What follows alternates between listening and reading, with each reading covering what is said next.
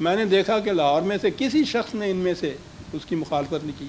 میں کراچی میں تھا, وہاں سے میں نے قد آدم پوسٹر چھپوا کے لاہور میں لگوائے یہ کہنے کے لیے کہ یہ بہت بڑا فتنہ ہے اسلام کے اندر. نماز میں قرآن پڑھا جاتا ہے اور قرآن صرف اپنی زبان میں اپنے الفاظ میں قرآن ہے, دنیا کی کسی زبان کا ترجمہ جو ہے وہ قرآن نہیں ہو سکتا. اس فتنے کا ابھی سے سد باب کرو. میں نے یہ کہا اور آج تک یہ کہہ رہے ہیں کہ یہ شخص جو ہے یہ اردو میں نماز پڑھنے کی تلقین کرتا ہے. میرے متعلق جھوٹ بولنا واجب ہو جاتا ہے. یہ چیز میں زبانی نہیں کہتا, یہ ہے طلوع اسلام کا مقصد و مسلک. کم از کم 20 سال سے یا اس سے بھی زیادہ عرصے سے یہ طلوع اسلام کی ہر دوسرے تیسرے مہینے یا شاید میں یہ چھپتا ہے, اور یہ پیمفلٹ جو ہے میرا خیال ہے شاید اب تک لاکھوں کی تعداد میں یہ چھپ گیا ہوا ہوگا. اس کے اندر آپ غور کیجیے, لکھا یہ ہے کہ نبی اکرم صلی اللہ علیہ وسلم کی سیرت مقدسہ شرف و عظمت انسانیت کی معراج کبریٰ ہے. یہی وہ پاکیزہ سیرت ہے جو تمام نوع انسانی کے لیے اسوہ حسنہ ہے. حضور کی سیرت طیبہ کا جو حصہ قرآن کریم کے اندر محفوظ ہے اس کے قطعی یا یقینی ہونے میں کسی قسم کا شک و شبہ نہیں. باقی رہا وہ حصہ جو قرآن سے باہر ہے, سو اس میں اگر کوئی بات ایسی ہے جو قرآن کے خلاف جاتی ہے یا جس سے حضور پر معاذ اللہ کسی قسم کا تان پایا جاتا ہے تو ہمارے نزدیک وہ بات غلط ہے, اسے حضور کی طرف منسوب نہیں کرنا چاہیے. یہی اصول صحابہ کبار کی سیرت کے متعلق بھی سامنے رکھنا چاہیے. اس میں لکھا یہ ہے میں نے کہ اس وقت ملک میں مسلمانوں کے مختلف فرقے مختلف قسم کی الگ الگ نمازیں پڑھتے ہیں, ان میں اختلافات پائے جاتے ہیں. کسی شخص کو اس کا حق حاصل نہیں کہ وہ ان میں جس طریقے سے بھی یہ پڑھتے چلے آ رہے ہیں ان میں کسی قسم کا رد و بدل کرے یا کسی نئی وضع کی نماز ایجاد کرے یا اس میں کوئی تفریق کرے. اس میں لکھا یہ ہے کہ یہ چیز اگر کسی وقت اسلامی مملکت قائم ہو گئی, اس کا کام ہے کہ امت میں وحدت پیدا کرنے کے لیے کوئی طریقہ اختیار کرے, لیکن کسی فرد یا کسی گروہ کو آج اس کا حق نہیں پہنچتا. اور لکھا یہ کہ ہم بھی اسی طریقے سے نماز پڑھتے ہیں جس طرح سے باقی مسلمان پڑھتے ہیں, ان میں ہم کوئی فرق نہ خود کرتے ہیں نہ کسی طرح سے اس کی تلقین کرتے ہیں, بلکہ کہتے یہ ہے کہ کوئی اس میں کسی قسم کا اختلاف نہ کرے. یہ اس کے اندر یہ سب کچھ لکھا ہوا ہے. جہاں تک احادیث کا تعلق ہے, ہم ہر اس حدیث کو صحیح سمجھتے ہیں جو قرآن کریم کے مطابق ہو. طلوع اسلام کا تعلق نہ کسی سیاسی پارٹی سے ہے نہ مذہبی فرقہ سے, نہ ہی یہ کوئی نیا فرقہ پیدا کرنا چاہتا ہے. اس لیے اس کے نزدیک دین میں فرقہ سازی شرک ہے. امت کے مختلف فرقے جس طریقے سے نماز روزہ وغیرہ کی ادائیگی کرتے ہیں ہم ان میں کسی قسم کا رد و بدل نہیں کرتے.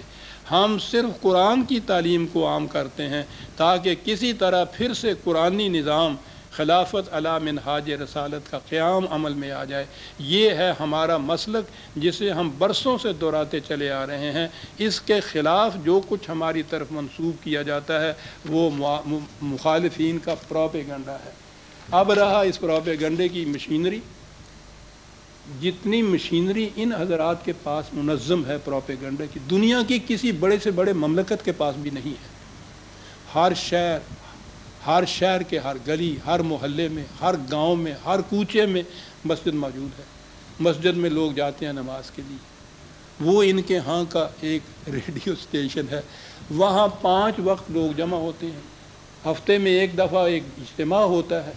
وہاں سے کوئی آواز کسی کے خلاف جو اٹھے, سارے ملک کی مساجد میں سے وہ آواز بیک وقت اٹھ جاتی ہے سب, اور وہاں سے پھر وہ نمازی لے کے باہر آتے ہیں. حکم یہ ہے کہ جب امام خطبے میں کچھ کہہ رہا ہو تو نمازی کچھ نہیں کہہ سکتے. جب وہ ختم کرتا ہے اس کے بعد وہ اللہ اکبر کہہ کے نماز کے لیے کھڑا ہو جاتا ہے. نماز کے بعد چلے آتے ہیں, اور پھر باہر بات چلتی ہے کہ صاحب دیکھا سنا آپ نے, مولوی صاحب نے آج فرمایا وہ پرویز جو ہے وہ کیا کہہ رہا ہے, وہ کیا کہتا ہے. بھائی تم نے کہیں یہ پڑھا, اس سے ملا, اس سے پوچھا, تمہیں کیسے معلوم ہے؟ کہنے کہ ساری دنیا کہتی ہے، یہ سند ہے، ساری دنیا کہتی ہے، کسی نے نہیں، نہ پڑھا ہوتا ہے، نہ مجھ سے پوچھا ہوتا ہے، نہ کبھی خط لکھا ہوتا ہے، ساری دنیا کہتی۔ بات کیا ہے یہ ساری؟ وہاں بھی اکیلا یہ شخص پرویز تھا جو ان کی مخالفت کرتا تھا طلوع اسلام، وہاں ان کو شکست ملی ہے اور بری طرح شکست۔ یہاں بھی انہیں پتہ ہے کہ صرف یہ اکیلا شخص ہے جو اس آواز کو اٹھائے ہوئے چلا جا رہا ہے، اور یہاں بھی وہ سمجھتے ہیں کہ اس کا طریقہ یہ ہے کہ اس کو ایسا نکو بنا دیا جائے کوئی اس کے قریب نہ آئے، اور وہ کامیاب ہیں اس میں۔ اچھے اچھے پڑھے لکھے ہوئے لوگ جو ہیں ان کی بھی یہ کیفیت ہے کہ صاحب وہ پرویز صاحب 3 نمازوں والے، اچھا وہ پرویز صاحب 3 نمازوں والے، بھائی تمہیں اس کا کیسے پتہ؟ کہنے کا ساری دنیا کہتی۔ وہ کچھ خائف بھی ہیں حقیقت میں، اور واقعی اس قسم کا پروپیگنڈا جو ہے بخلا دیتا ہے آدمی کو۔ یہ تو معلوم نہیں کہ کس مٹی کا بنا ہوا میں ہوں کہ اس کے باوجود اس زمانے سن 38 سے لے کے اس وقت تک ان نشتروں کو، ان تیروں کو جھیلتا چلا جاتا ہوں۔ اور عزیزان من باقی رہے عذرائے، انقلاب بھی ہمیشہ تنہا ہوتا ہے، یاد رکھیے۔ جب پہلی آواز اٹھاتا ہے سیکنڈ کرنے والا بھی کوئی نہیں ہوتا، اس کے بعد بھی اس کی ہاں میں ہاں ملانے والا اور باہر کھڑے بندوں ملانے والا وہ بڑے دل گردہ کا مالک ہوتا ہے جو چاہتا ہے۔ بہت کم لوگ ایسے ملتے ہیں جو اس کے ساتھ ملیں۔ میرے ذرائع کیا ہو سکتے ہیں؟ اپنا ذاتی طور پہ ذرائع جتنے بھی ہیں، کسی سے کوئی مدد نہیں ہے، کوئی پارٹی نہیں، کوئی جماعت نہیں، کوئی فرقہ نہیں، سیاست میں حصہ نہیں لیتا، کسی قسم کا کوئی وظیفہ نہیں ہے، اکیلا تنہا اس ساری چیز کو۔ ذرائع میرے ہاں کہ آپ کو معلوم ہے طلوع اسلام میگزین ماہوار، اس کے پیمفلٹس جو ہم ہزاروں کی تعداد میں، لاکھوں کی تعداد میں شائع کرتے ہیں، میرا ہفتہ وار درس، اس کے ٹیپس جو ریکارڈ ہوتے ہیں، وہ اللہ کا شکر ہے پاکستان کے ہر بڑے شہر میں اور اب باہر انگلینڈ اور امریکہ تک میں ٹیپس کے ذریعے سے قرآن کی آواز جو ہے وہ باہر جا رہی ہے۔ یہ وہ ذرائع ہیں، اس وقت اپنی محدود وسعت کے مطابق ان کو میں استعمال کرتا ہوں، اس سے زیادہ میرے پاس ہے نہیں۔ عمر اب میری قریباً 80 کے قریب ہونے کو آئی، یہ آپ سوچ سکتے ہیں کہ اتنے مرحلے کے بعد اس عمر میں بھی یہ کچھ اسی طرح سے کیے چلا جا رہا ہوں، اور یہ کسی پہ نہ احسان ہے نہ کسی پہ مروت ہے، ایک میرے ایمان کا تقاضا ہے، میرے دل کی پکار ہے جس کو پکارتا جاتا ہوں جب تک اللہ تعالیٰ اس توانائی دے گا، اس پکار کو زندہ رہتا ہوں۔ مسلک یہی ہے کہ کہتا ہوں وہی بات، سمجھتا ہوں جسے حق، نئے ابلہ مسجد ہوں، نہ تہذیب کا فرزند، اپنے بھی خفا مجھ سے ہیں، بیگانے بھی ناخوش، کیوں؟ میں زہر حلال کو کبھی کہہ نہ سکا کاند۔ اور ایمان میرا یہ ہے کہ غلط اور صحیح، حق اور باطل، جائز اور ناجائز کا واحد معیار خدا کی کتاب ہے، اور ہر شخص سے یہ میں کہتا ہوں کہ گر تو می خواہی مسلمان زیستن، نیست ممکن جز بقرآن زیستن، حسبنا کتاب اللہ۔ یہ حضرت عمر رضی اللہ تعالیٰ عنہ کے اعلان میں دہرایا چلا جا رہا ہوں، اور اس لیے کہ قرآن اس کے متعلق کہتا ہے کہ یہی کتاب کافی ہے تمہارے لیے صاحب۔ یہ ہے میری آواز، میری بیٹی، یہ ہے میرے خلاف پروپیگنڈا، اور یہ میرے پاس محدود سے ذرائع ہیں جن کو میں استعمال کر رہا ہوں۔ جتنے احباب اس کو اچھا سمجھیں اور ان میں یہ جرت ہو کہ وہ باہر جا کے بھی کہیں، وہ اس پکار کو آگے پہنچاتے ہیں، نہ کہیں، مجھے کسی پہ گلہ نہیں، کوئی شکوہ نہیں۔ جس کے دل کی پکار ہے وہ زبان پہ لائے، یہ جس کے دل کی پکار نہیں ہے میں اس کی زبان سے بھی یہ نہیں سننا چاہتا، اس میں منافقت کا سوال ہی نہیں ہے صاحب۔ یہ ہے عزیزہ میرا مسلک، یہ ہے کہ میرے خلاف پروپیگنڈا کیوں ہو رہا ہے صاحب۔ انہیں معلوم ہے کہ کہیں اور سے یہ آواز نہیں نکلے گی۔